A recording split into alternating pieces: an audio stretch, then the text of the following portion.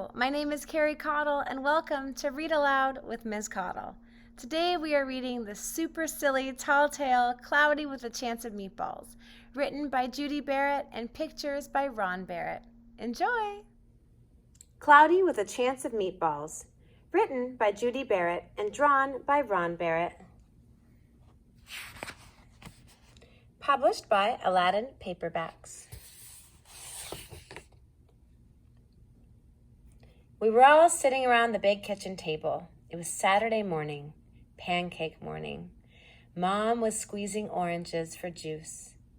Henry and I were betting on how many pancakes we each could eat, and Grandpa was doing the flipping.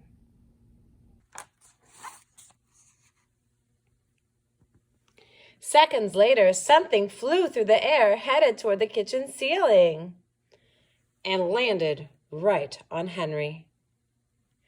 After we realized that the flying object was only a pancake, we all laughed, even Grandpa. Breakfast continued quite uneventfully. All the other pancakes landed in the pan, and all of them were eaten, even the one that landed on Henry.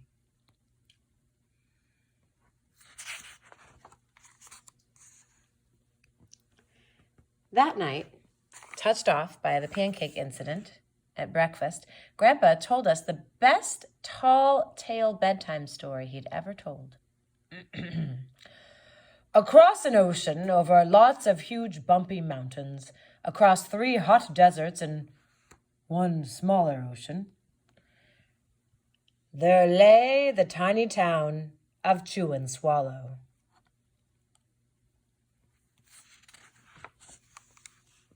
In most ways, it was very much like any other tiny town. It had a main street, lined with stores, houses with trees and gardens around them, a schoolhouse, about 300 people, and some assorted cats and dogs. But there were no food stores in the town of Chew and Swallow.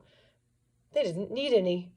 The sky supplied all the food they could possibly want. The only thing that was really different about Chew and Swallow was its weather. It came 3 times a day, breakfast, lunch, and dinner. Everything that everyone ate came from the sky.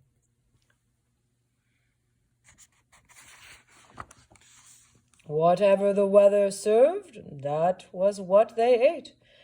But it never rained rain. It never snowed snow. And it never blew just wind. It rained things like soup and juice. It snowed mashed potatoes and green peas. And sometimes the wind blew in storms of hamburgers.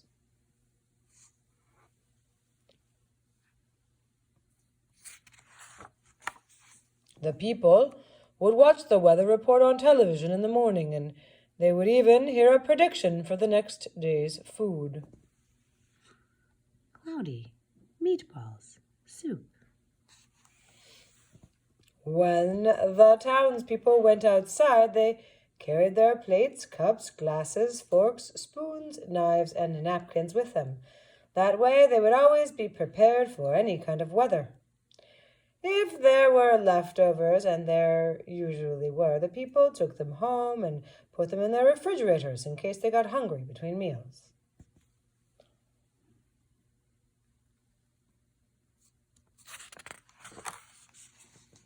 The menu varied.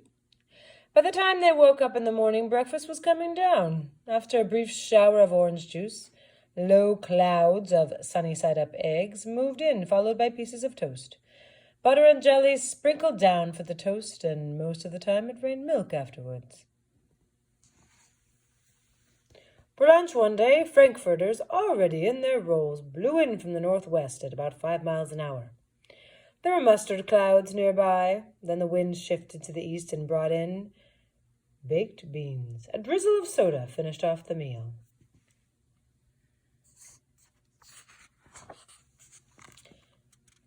Dinner one night consisted of lamb chops, becoming heavy at times with occasional ketchup.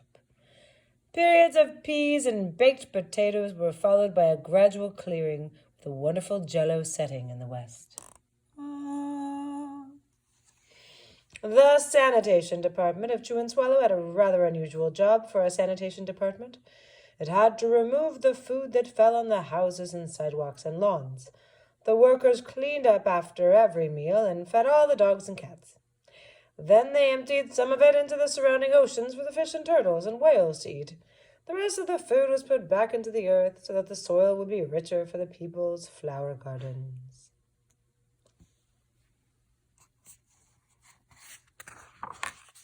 Life for the townspeople was delicious, until the weather took a turn for the worst.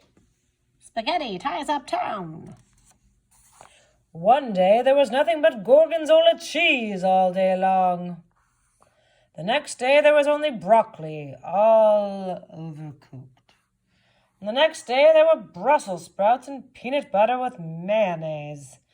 Another day there was pea soup fog. No one could see where they were going, and they could barely find the rest of the meal that got stuck in the fog.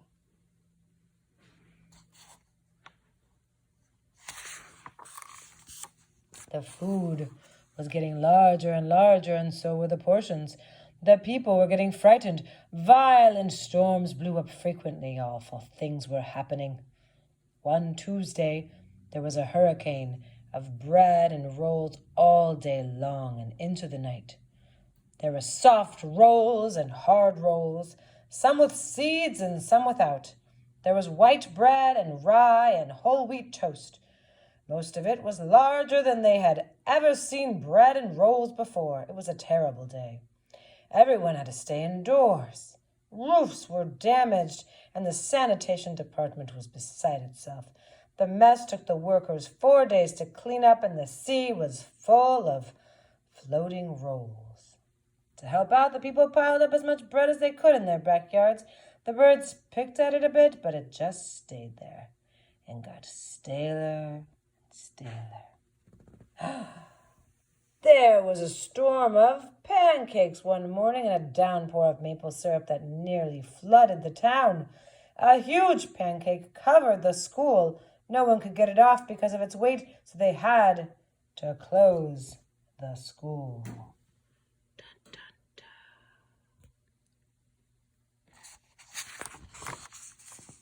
dun. Lunch one day brought 15-inch drifts of cream cheese and jelly sandwiches. Everyone ate themselves sick, and the day ended with a stomachache. There was an awful salt and pepper wind accompanied by an even worse tomato tornado. People were sneezing themselves silly and running to avoid the tomatoes. The town was a mess. There were seeds and pulp everywhere.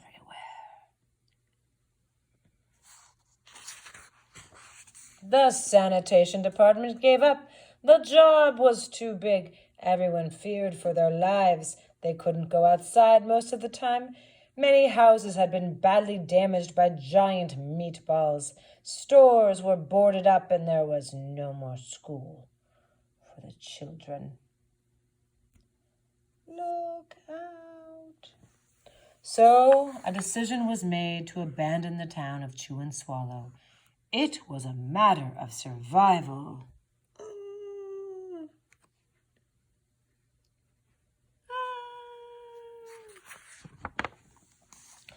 The people glued together the giant pieces of stale bread sandwich style with peanut butter, took the absolute necessities with them, and set sail on their rafts for a new land.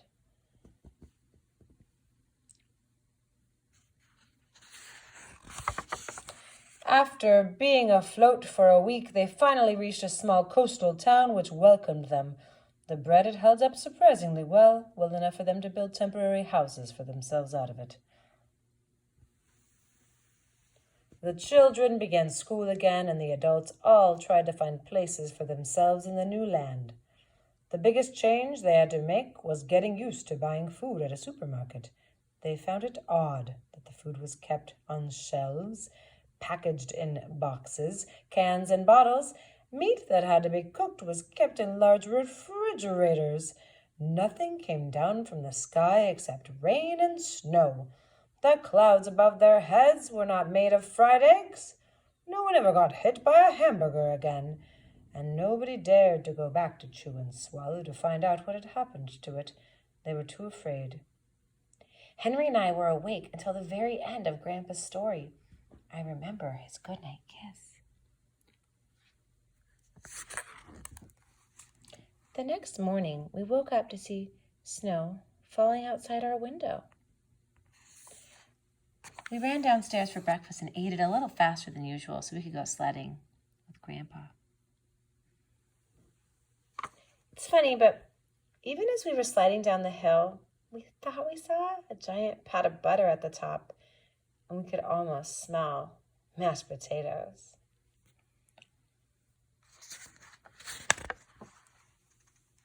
The end. That was Cloudy with a Chance of Meatballs. Do you know what a tall tale is? It's when you get to make something really extreme and silly and amazing up. You know, it's definitely fiction. Could that really have happened? But it's super fun to live in the world of fiction and imagination sometimes. Okay, listen. Imagine this. Imagine you could create a world where the weather rained down your very favorite type of food, or just something that you think would be really funny or silly if you could imagine your own story. So close your eyes for a moment. Put yourself in your own little town. Maybe it's not Chew and Swallow. Maybe it has a different name. And imagine, what would the weather rain down on you if you could choose? Now, go write your own story. Take care of each other.